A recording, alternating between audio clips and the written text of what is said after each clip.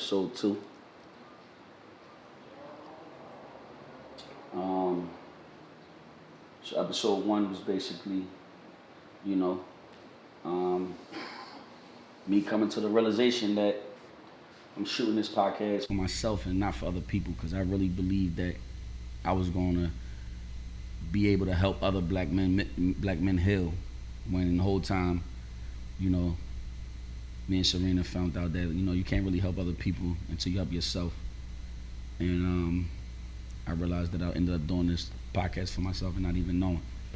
Um, I immediately went had a therapy session, started therapy, and first session she told me I'm suffering from severe PTSD. And that was what, like 2 weeks ago? Yep. Yeah. Okay. So what's happened in between? How many sessions are you in right now? That's 3. That'll make 3. I did 2 in the last 2 weeks. You on your third session now? Yeah. Okay. So, yeah. How do you feel? Um, I feel like I'm uncovering a whole lot of different new discoveries about myself. That's the best way to describe it. I'm looking at what I've been through a lot differently now. I'm identifying a lot of areas that I thought was okay when they wasn't, and it's like coping versus healing. Why did you think before that they were okay? I don't know. Like when you are, when you are unaware of what you're dealing with, you I didn't know exactly what was going on. I thought I was healing. I thought dealing with it. I thought being strong. I thought all those things. I thought talking about it was healing. When really those are signs of PTSD. Talking about it, that's basically she defined that. You wasn't just talking about it and opening up to people. You were reliving your experiences, your traumatic experiences. Trauma bonding. Trauma bombing people, literally telling people what I've been through, sucking the life out of the room, making everybody sad. So now that you've kind of opened yourself up to this stuff, is it different being around like the same energy that you've been around, for years? Now that you're in like a different space, I know once I started healing, like certain things I just looked at it completely different. I couldn't be around some of the same people I was around. It was just, healing is a very uncomfortable thing. And you catch yourself just feeling like a whole nother person. And then things just come to surface. And you be like, dang, this whole time, this was this or this was that. Is that would you say that's kind of the state that you're in now? Yeah, definitely. Although I always protected my energy, well, not always, but like I've been very selective of who I let into my aura, around my aura for a very long time. I can really identify bad energy, coming from a mile away. But what I did notice is that what is it? You said different types of relationships with people. I noticed that some of those relationships that I've had around me, even friends, I uncovered another area where it was a new discovery where I noticed that I kind of take care of a lot of people. I take care of a lot of people so they can be cool with me. That's kind of like tough for me to admit, but I don't let people take care of me. Right. I take care of a lot of people because when you're abandoned, you feel like people don't like you around. I used to always, me and my therapist had a long topic about freeloading. That actually, out of all the things that I told her, when I told her I was the biggest freeloader, that actually made my therapist sad because she said you shouldn't feel like you were a freeloader for necessities. These were necessities that you didn't get, so you were in need of it elsewhere. Right. And for you to think that is a freeloader, that I seen it in her eyes. Like, damn, that made her sad. Right. Hmm. So That's a hard pill to swallow. yeah, and to the last 2 weeks I had 2 therapy sessions, and they kind of like wasn't nothing major. I was thinking like each session gonna be like a door banger. It wasn't like that, and I'm gonna be patient with her, you know. But a few of the things that I do remember that I wrote down was that she told me I got a whole lot of different types of trauma. There's not one big,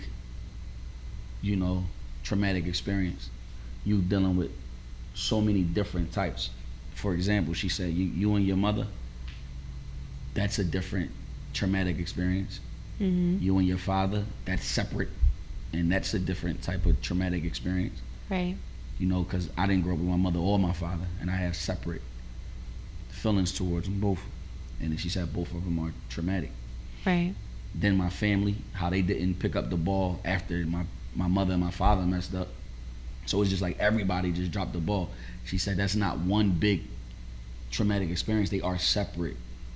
Not having a grandmother step up, not having an uncle, anybody step up, like nobody cared about you. So you dealing with it all at one time, but they different types of,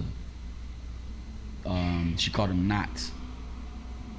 You have to undo these knots. And you have to start from, the root, which is obviously your parents, because, they gave you life.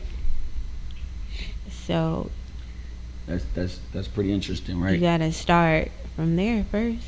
That's pretty interesting because Absolutely. I used to think that like I got so strong, I ended up becoming independent at a young age. I ain't need, physically or financially, I ain't need a parent at a certain point in the time. I was taking care of myself. Everybody say they taking care of yourself. I was really taking care of myself. I got the hang of this thing at a young age. 13, 14, I was good. So by the time I was 25, 26, I'm thinking,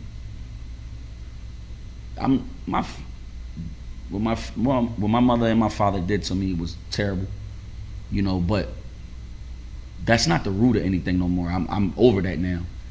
And the last 2 weeks, even when me and you realized that the whole time I was never healing, I was just coping and dealing with it and suppressing it. I started to see, wow, how could that not be the root? When I told y'all last episode that my mother and my father is blocked in my phone. Mm-hmm. You know what I mean? But here, let's take it a little further. It has to be the root because I can't even hug my mother. Like I can't even talk to my mother. Easter just passed. What was that, yesterday? Easter, right? Mm-hmm. So my mom called my son's phone. I don't even know. I guess they be talking with I guess they reach out. She reached out to my son's mom. I didn't even know. But we were all together yesterday for Easter. And my mom called my son and she was like, your dad around? And like, I had to step out. And my son like, Dad. But my son know I'm not gonna get that phone. So it's uncomfortable for my son. Like, Grandma, Daddy, he not, you know what I'm saying? And people probably think that this is what hurt. People probably think I'm like holding a grudge or something. Like, no, I don't want to talk to her. She don't earn my respect. I think I feel bad at this point. Like, damn, she deserved for me to say, what's up, Mom? Now, when I tell y'all, I'm strong as shit, yo. But I can't talk to my mom. I'm not strong enough to do that yet. I can't talk to her. And let alone, like, touch her. Like, I definitely can't hug my mom. So you are holding a grudge? I swear to God, it's not a grudge. I swear to God. So what would you call it then? I think that I've been, this is what I think. Their hair is like, damn, you must really be suffering from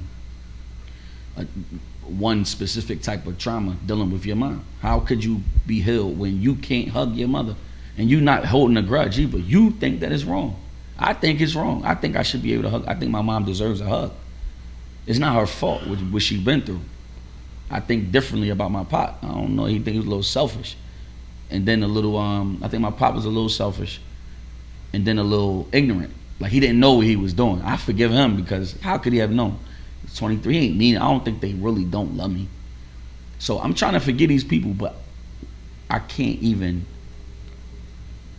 be in the same room. I can't even look at my mother on FaceTime. I'm not. I really believe I'm not strong enough to do that, and that's me opening up, admitting to y'all that. You'll get there. It's just, I know when I had to do the same thing with my mother, and I tell people that you can't half-ass healing, and I tell you that all the time because you can't. I had to literally block my mother and not talk to her and tell my siblings I don't want to hear anything about her for the next 6, 7, 8 months. After that time, I started to feel better and I was able to talk to her. But I literally had to fight my demons, and in order to not have any outside distractions, I had to cut off everything that reminded me of her. And when I mean everything, I mean everything. And once you get to that point, that's when you'll be able to hug your mother and to talk to her and not feel any kind of way.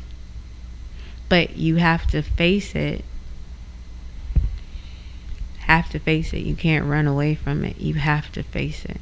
It sound like what you were saying about you, not my therapist. You was like you can't go to your source of pain for healing. That's what it sound like. Like that is. That's crazy. exactly what it is. Yeah. Because you can't.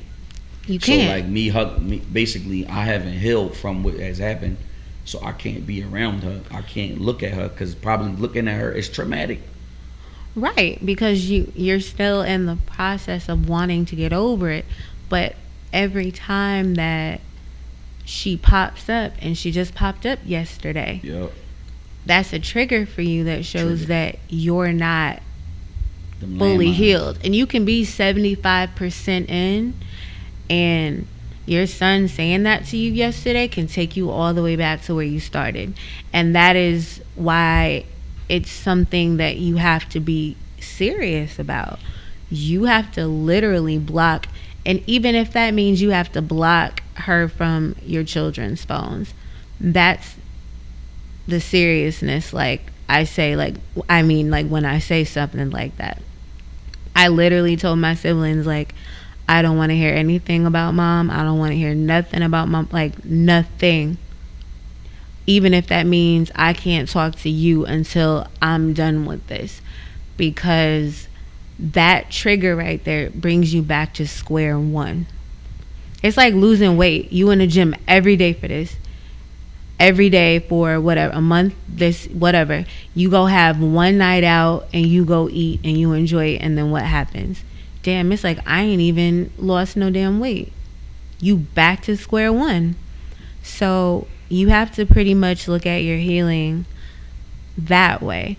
And because you do have children and siblings, you know, your mother's bound to be brought up.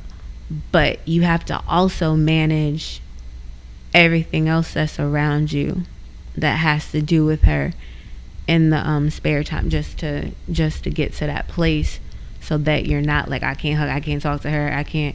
Once you get to that place, you'll be like, all right, hey, cool, and keep it short and not feel no kind of way. But when you be like, I can't talk to them, you're not healed. You're not healed from it yet. Yeah, that's what I'm saying. That's how the hell are you healing when you can't, who the hell can't hug their mom?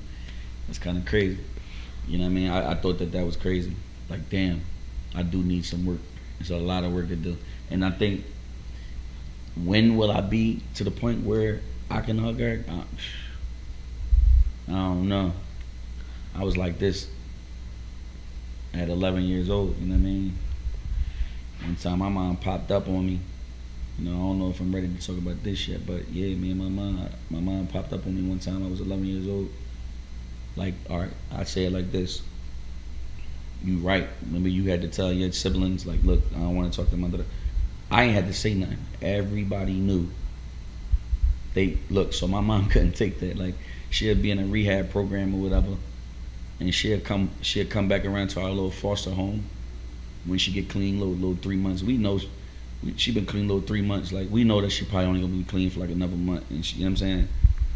But when she came around one time, and I remember noticing my brother's like, look, Mom, we love you, Leak love you too, but just leave him alone. Like just Leak taking that shit a little harder. Like I was the youngest, you know what I'm saying? They like 14, 15. I'm like 11. They like, look, Mom, just leave Leak alone. She couldn't take that.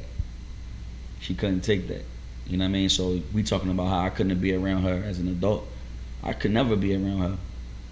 You know what I mean? She couldn't take that. What you mean? That's my son. What? She approached me, and one time it went down.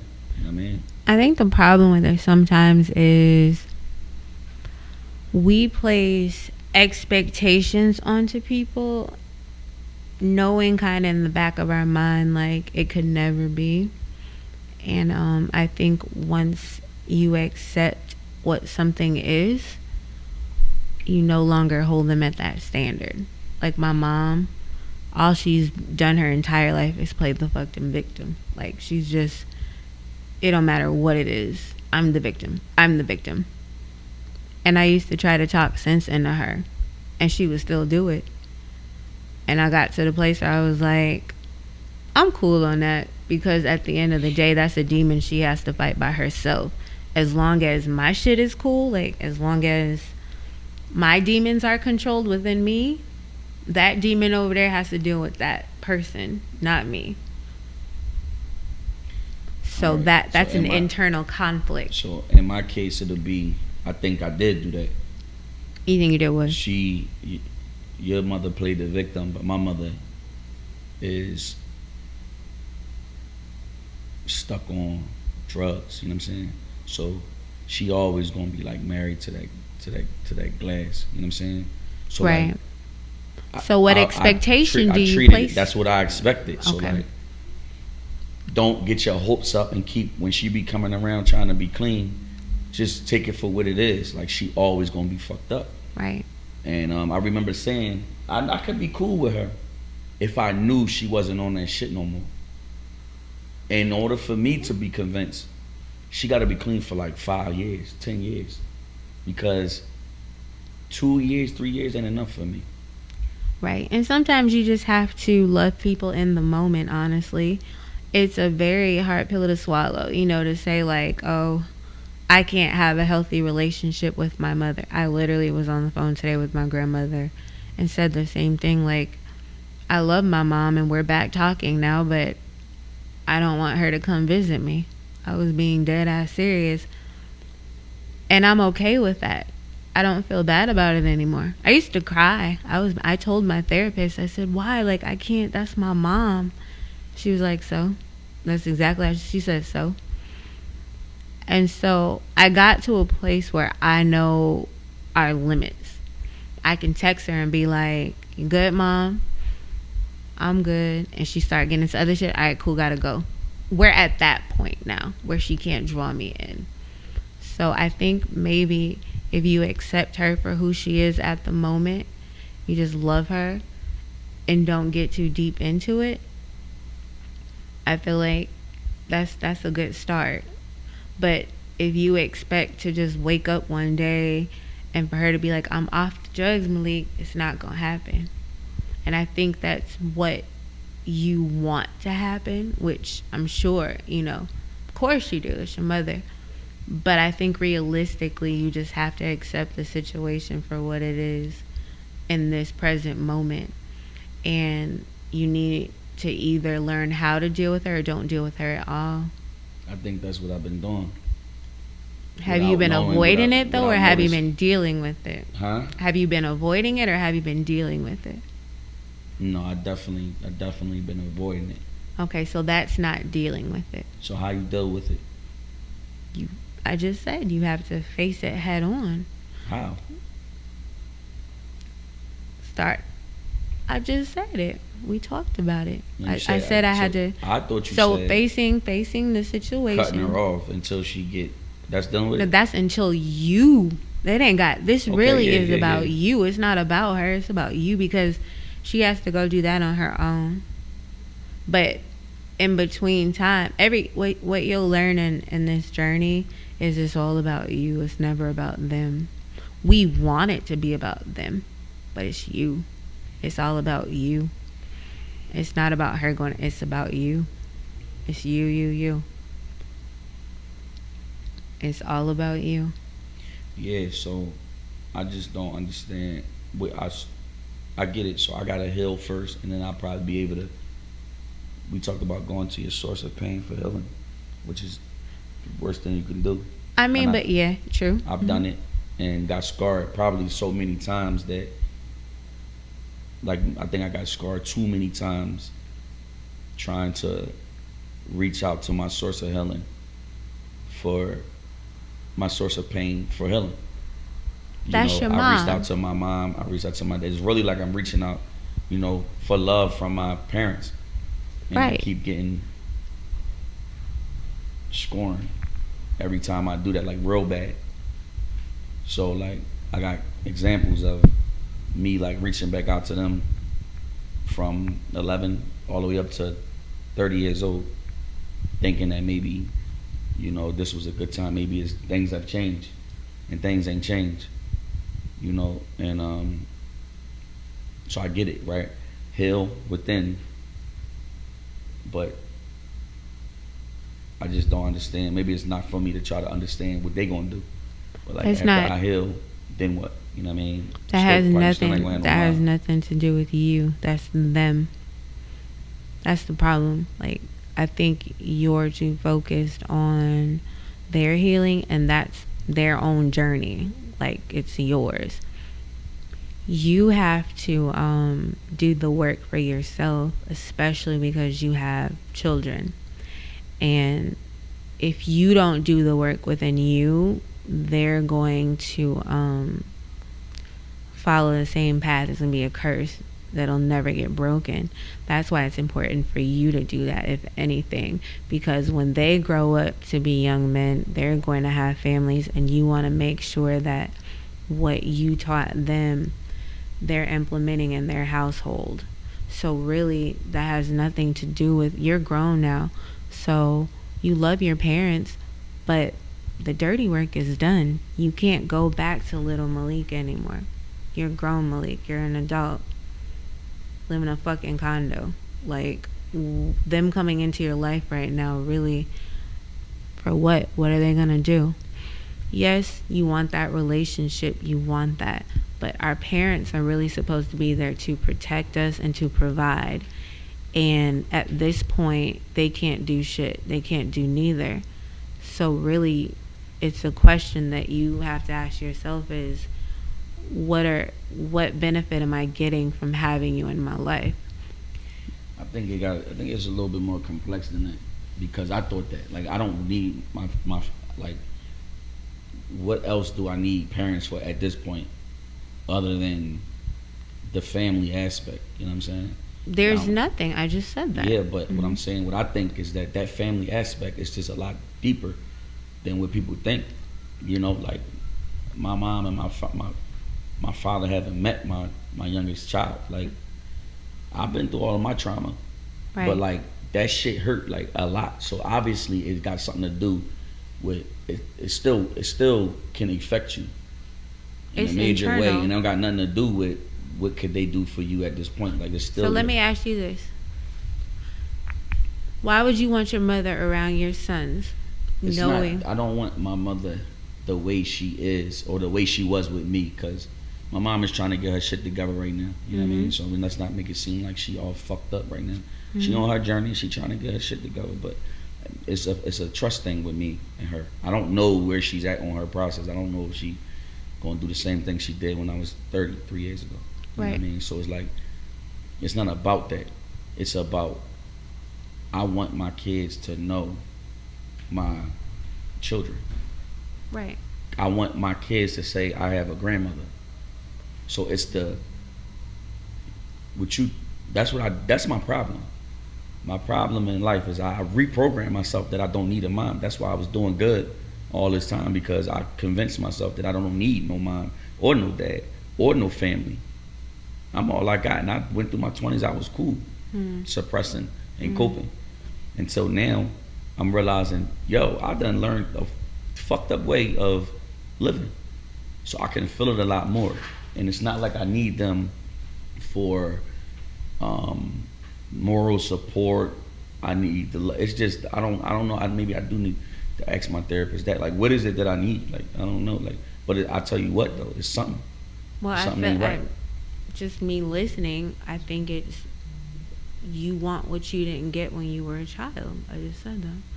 It's a hard pill for us to swallow. It is because it might be because like. But that's why I said like at this point. Maybe it is. Maybe I'm so hard that you want to Well, be loved by your mommy. You know what I'm saying? But well, I never you skipped even. over that I never whole desired part. that. I never desired that. No. You desired it, but In a you were different way. you were programmed to think the complete opposite. And now that you have children that need that nurturing, you realize you don't have it. Your boys are almost triggers for you because you see yourself almost like in them, and you give them extra what you lacked as a child. Which is true.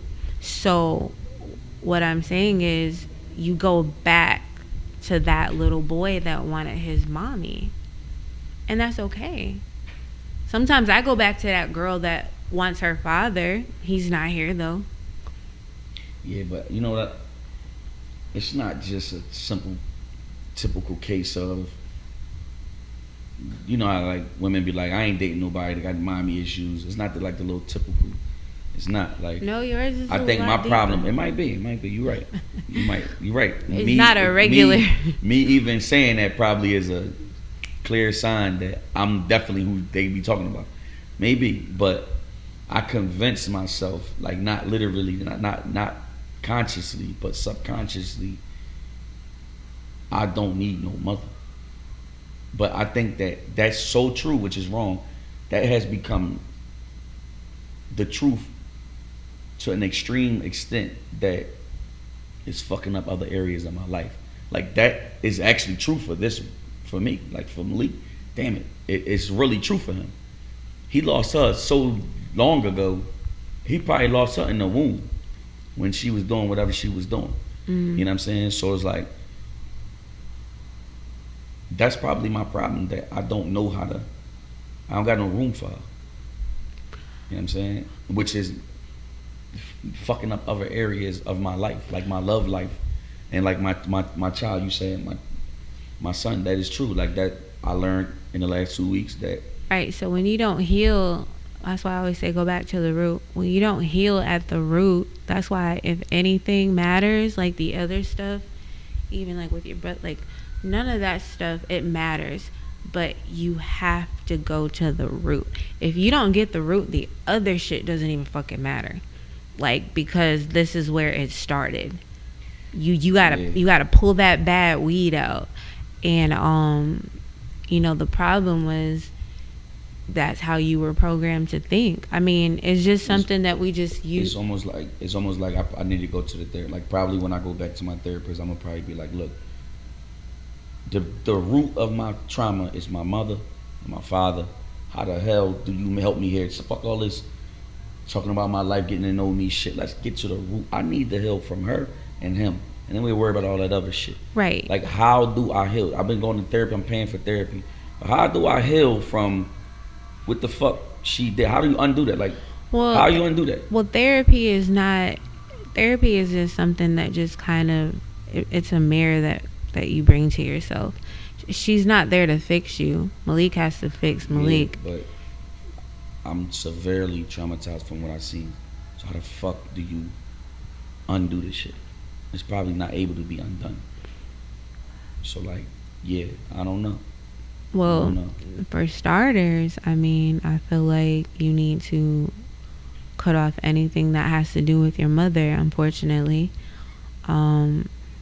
You raise your children how you want to raise your children. And right now in your healing process, she doesn't need to talk to the kids, honestly, because that is a big trigger for you. I hear you. I ain't gonna do that, but what I can do is just when they with their mom, that's really what they do. She call their mom. She know That's Right. fucked up. But she know not to call. It's fucked up.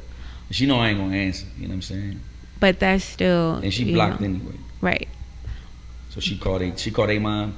So without being Easter, um, I would have never known that. You know what I mean? So Easter was just a different topic. But yeah, they communicate over there. But I don't know, man. Like it do trigger me. Okay, so you just answered your own question. You can't half-ass your healing. So if something is a trigger for you, and I know how close you are with your boys, they're with you all the time. So you either have to not deal with it at all or deal with it. And if you don't deal with it how you need to, you're going to be stagnant and you're not going to make progress. So you want to know how you can heal? Cut off the shit that's keeping you stagnant, which means you got to do what you got to do. And that's it. There's nothing else needs to be said about that. I'm gonna rap with my therapist about that this week, and we'll see. I'm gonna be direct. So we'll see next time.